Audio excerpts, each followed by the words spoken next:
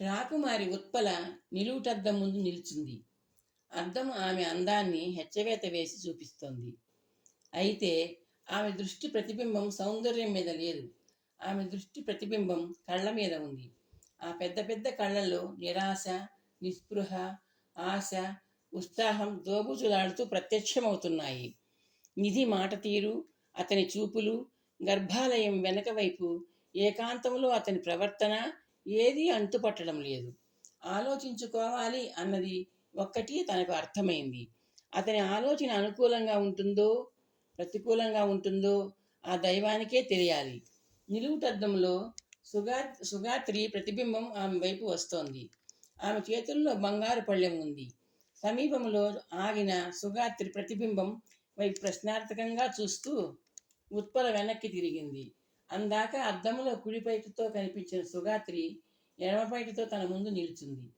ఆలయంలో అర్చక స్వామి మీకు ఆశీర్వాదపూర్వకంగా ఇచ్చిన ఈ తాంబూలంలో ఉన్న బంగారు నాణ్యాన్ని మహారాణి గారి సన్నిధికి తీసుకువెళ్ళాను. అమ్మాయి గారు, తీసుకువెళ్ళావు, మళ్ళీ ఎందుకు తీసుకువచ్చావు? ఉత్పల అడిగింది. మహారాణి గారు తాంబూలాన్ని తమకే ఇమ్మన్నారండి. ఈ బంగారు నాణ్యాన్ని మీ పైటి కొంగులో భద్రంగా ముడి వేసుకోమన్నారండి. అదృష్ట రూపంగా అందించి వచ్చిన ఐశ్వర్యాన్ని ఎప్పుడూ కొంగును కట్టేసుకోవాలని చెప్పమన్నారండి. సుగాత్రి అంది. సరే, కొంగులో నువ్వే జాగ్రత్తగా ముడివేయి, రాకుమారి ఆజ్ఞాపూర్వకంగా అంది. సుగాత్రి గోడవారగా వెళ్ళి పళ్ళేన్ని బల్ల మీద ఉంచింది. తమలపాకుల మీద ఉన్న బంగారు నాణ్యాన్ని చేత్తో తీసుకుని రాకుమారి వైపు తిరిగింది. బొటన వేలికి చూపుడు వేలికి మధ్య పట్టుకున్న నాణ్యాన్ని కళ్ళకి అద్దుకోవడానికి పైకెత్తింది. నాణ్యం ఆమె వేళ్లనందులోంచి జారి కింద పడింది. చిన్నగా చప్పుడైంది. సుగాత్రి భయంగా చూసింది. ఆలయంలో నెయ్యి అంటినట్టుంది యువరాణి గారు, చేతిలోంచి జారిపోయింది, మన్నించండమ్మా. ఆగు. నునుపుగా ఉన్న చదువురాతి పలక మీద చక్రంలా దొర్లుకుంటూ వెళ్తున్న బంగారు నాణ్యాన్ని చూస్తూ అంది రాకుమారి. నాణ్యాన్ని అందుకోవడానికి ముందుకు వెళ్ళబోయిన సుగాత్రి ఆగి ప్రశ్నార్థకంగా చూసింది. రాకుమారి చూపులు చక్రంలా దొర్లుకుంటూ వెళ్తున్న నాణ్యం మీదే ఉన్నాయి. గది మధ్యలో పరచి ఉన్న రత్నకంబళి అంచు తగిలి బంగారు నాణ్యం ఒత్తిగిలి పడింది. రాకుమారి తల తిప్పి సుగాత్రిని చూసింది. సుగాత్రి, జాగ్రత్తగా విను. నాణ్యం ఒకవైపున్న బొమ్మ కలశం పైన ఉండేలా పడి ఉంటే ఆ నిధి మనం చెప్పిన పని చేస్తాడు.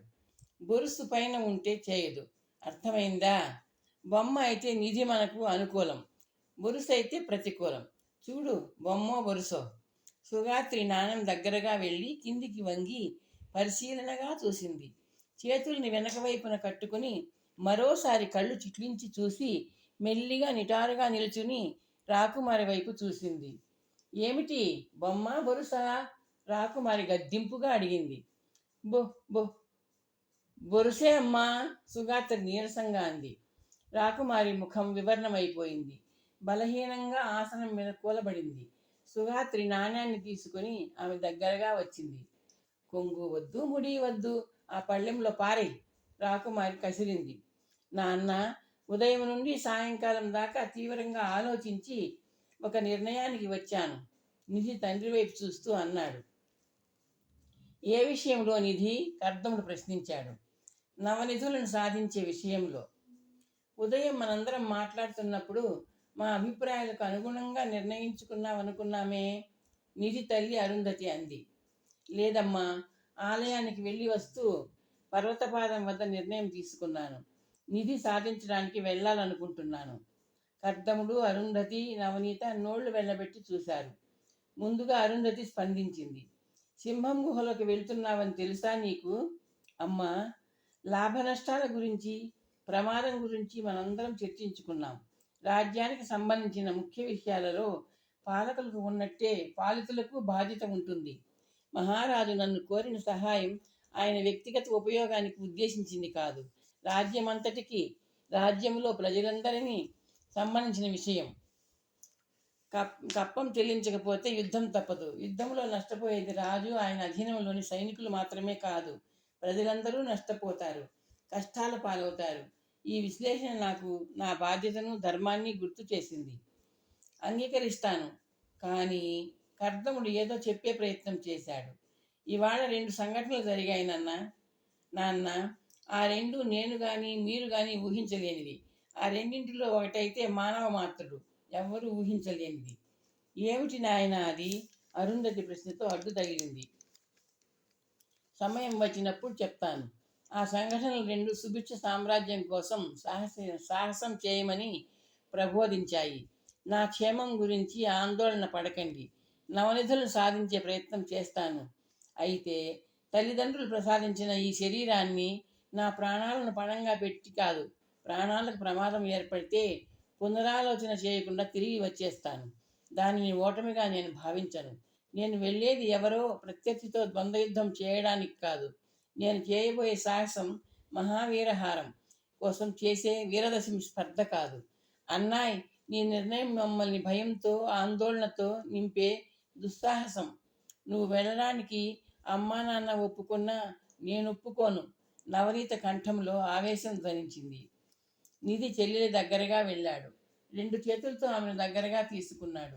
నవనీత తలను అతని భుజం మీద వాల్చింది. నిన్ను ఎవరో రెచ్చగొట్టారు. ఎవరు? నవనీత ప్రశ్నించింది, ముఖం పైకెత్తిన తన అన్న ముఖంలోకి చూస్తూ. నిధి చిరునవ్వుతో తలవాల్చి చెల్లెలి కళ్ళల్లోకి చూశాడు.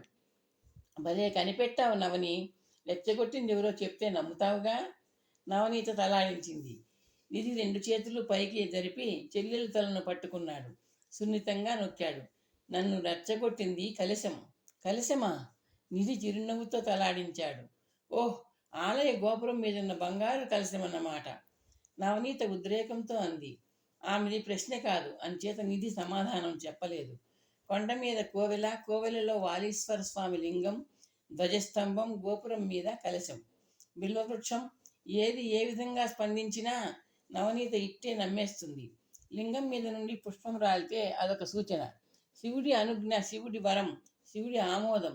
ధ్వజస్తంభాన్ని ఊపగానే గంట మోగితే శుభసూచన.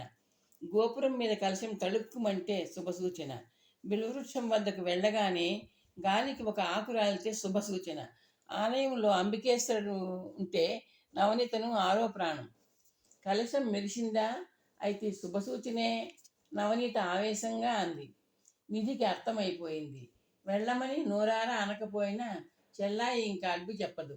భగవంతుడు సర్వశక్తిమంతుడు. ఇలాంటి కార్యాలు జరిపిస్తూ ఉంటాడు. నీ కొడుకు నిధి సంపాదన సాహసయాత్ర మీద బయలుదేరతాడని స్వయంగా మహారాజుకి తెలియజేయి నాన్న, నిధి ఉత్సాహంగా అన్నాడు. కర్దముడు, అరుంధతి ముఖాలు చూసుకున్నారు.